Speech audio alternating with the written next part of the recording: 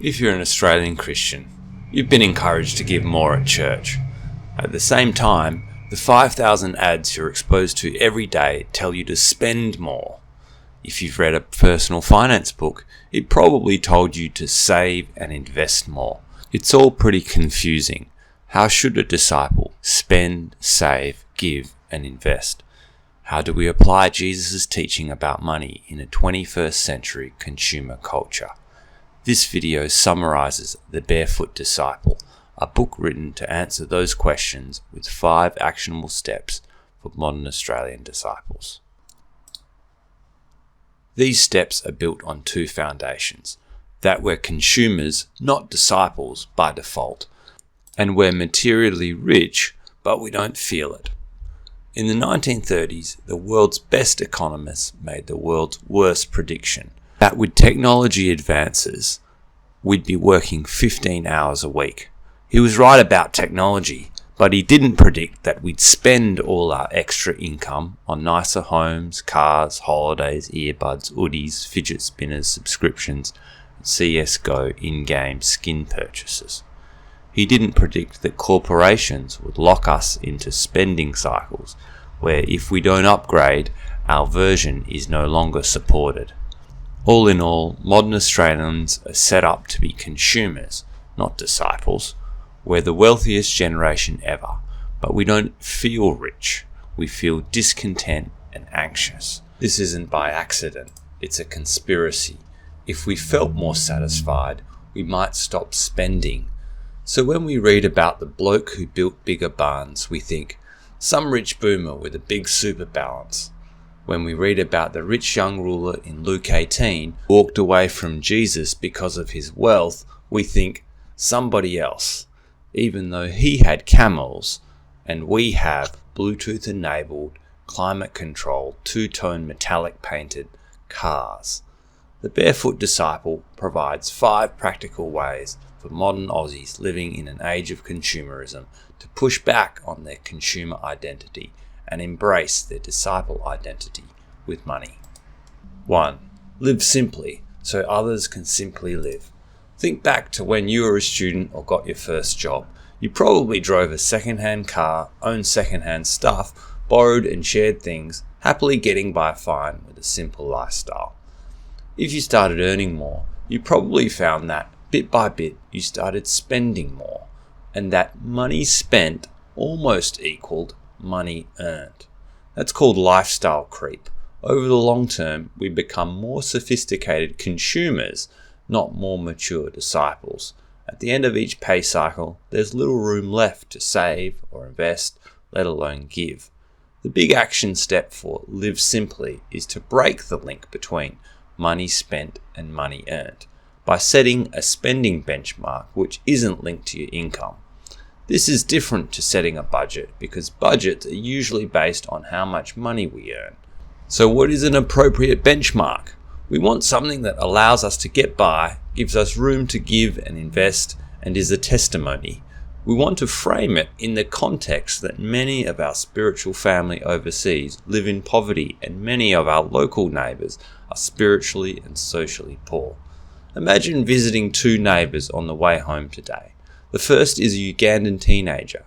They don't go to school because their family can't afford it. They have visible signs of malnutrition, and 2 of their siblings died from preventable diseases. The second is an Australian teenager. They have no material need, but are from a broken home. They self-harm and experience anxiety. Their local church hasn't done outreach to their school, and their youth group is underfunded, so they've never been connected to a loving Christian community or heard its message of hope. These are good contexts to frame setting a spending benchmark. So what is an appropriate benchmark? Living on minimum wage puts us in the top 10% of global income earners in the wealthiest generation ever. Medium wage in the top 5%. These are good benchmarks because they aren't based on income, reflect objectively high standards of living, and still give room for giving and investing. Barefoot Disciple lists a number of tips to make living on a spending benchmark possible.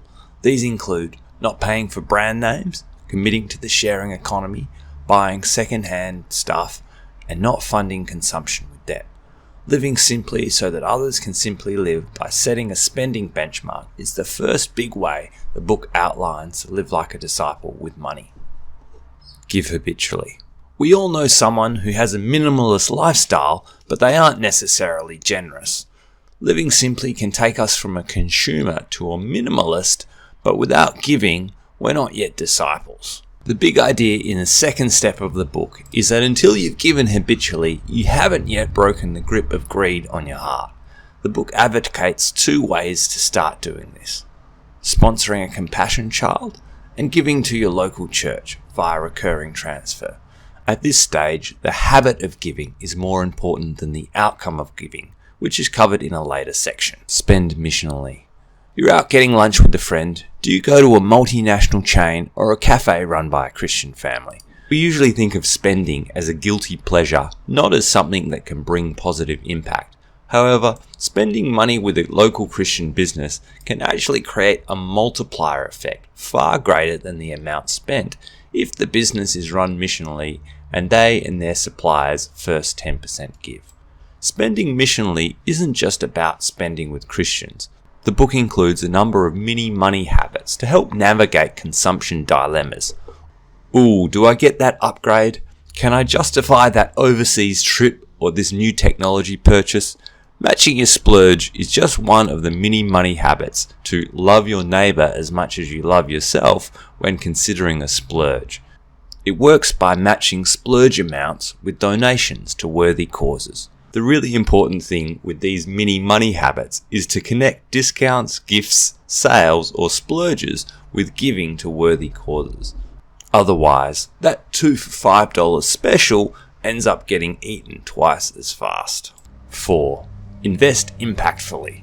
Imagine if you could fund a TV miniseries on the life of the disciples that reaches 275 million people and gives you a good financial return. Imagine if you could invest in your local church to convert part of their property for commercial use, generating rent for the church and a stable financial return for your investment. Imagine if you could give an interest-bearing loan to a Christian business in a developing country that creates jobs and serves people while still paying a good financial return. We've been led to believe that investing is a purely secular exercise. But these are all real-life examples of impact investments with both financial and spiritual outcomes. Investing impactfully is intentionally directing your investment dollars towards businesses that solve social or spiritual problems while generating financial returns. The book lists Christian Super as a local Australian super fund with some impact investment options, and the US-based faith-driven investor marketplace as a place to find and fund Christian ventures. Unfortunately, investments with good financial, social, and spiritual returns aren't always easy to come by, so disciples need to work out what to do in the meantime. Should I invest in my home or rent? What about the share market? It seems like a circus on the news, but some people seem to get rich quick with it. How do investment properties work? Is it better to leave my money in the bank? What about currencies and cryptos? The last section of the book provides discussion to enable readers to answer these questions for themselves and make wise, in the meantime, investments. There is also a deep dive into optimizing what the book calls kingdom investments, which are causes with spiritual outcomes rather than financial returns. The Barefoot Disciple takes readers on a path from being spenders to minimalists through living simply. Giving habitually then transitions readers from being minimalists to givers. With simple living and regular giving habits down pat, readers are encouraged to pivot towards spending missionally rather than just spending less. Some wise principles for how to invest savings are provided while readers are moving along the journey from secular investors to impact investors. That's a summary of the Barefoot Disciple's 5 ways to live like a disciple with money. Hopefully you've enjoyed this video, and if you have, please share it with someone you know.